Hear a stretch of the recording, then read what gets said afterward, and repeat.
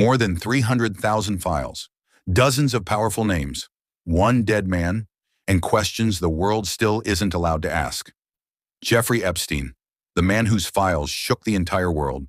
The moment more than 300,000 Epstein-related files began surfacing, chaos erupted across the globe. As the documents slowly opened up, some of the world's most powerful and famous figures were suddenly exposed. Names like Bill Gates, Donald Trump, Bill Clinton, Naomi Campbell, and many others appeared in connection with Epstein, sending shockwaves not just through the United States, but across multiple countries.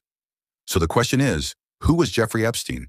And how did he manage, while living in America, to operate one of the largest and most disturbing sex scandals in modern history?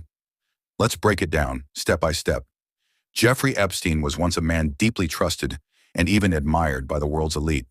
Being invited to his secret parties on his private island was considered a privilege. Presidents, billionaires, celebrities, everyone wanted access. Today, no one wants to even say his name. Why? Because Epstein became the face of what many now call the biggest sex trafficking scandal the world has ever seen. Private islands, luxury mansions, a private jet. From New York to Florida to the Caribbean, Epstein lived a life of extreme wealth and silence. He rarely spoke in public, yet somehow had access to the most powerful people on earth. The truth began to emerge slowly and horrifyingly. Behind the luxury was a dark and dangerous network involving underage girls. Epstein allegedly targeted vulnerable minors, girls from poor or unstable backgrounds, luring them with promises of money, jobs, or a better life. Once trapped, escape became nearly impossible. Fear, money, threats, and shame were used together to ensure silence. Epstein owned properties so protected that even law enforcement hesitated to intervene. His New York mansions, Florida estate, and most infamously, his private island, Little St. James, became symbols of horror. The island would later be known worldwide as Pedophile Island.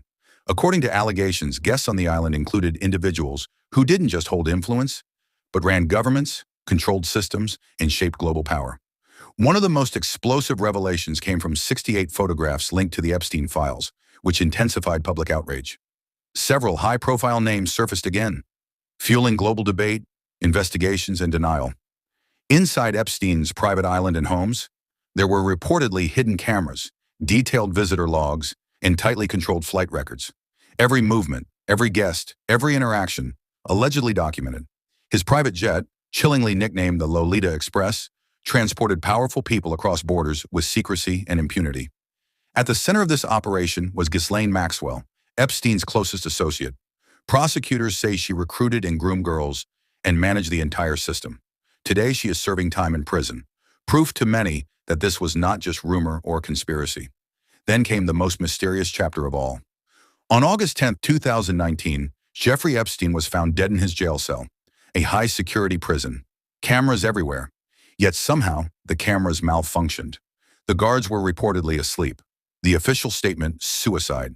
To this day, millions around the world refuse to believe it. Because one thing is clear. If Epstein had lived, many more powerful secrets might have come out. And that is exactly why the Epstein files still terrify the world.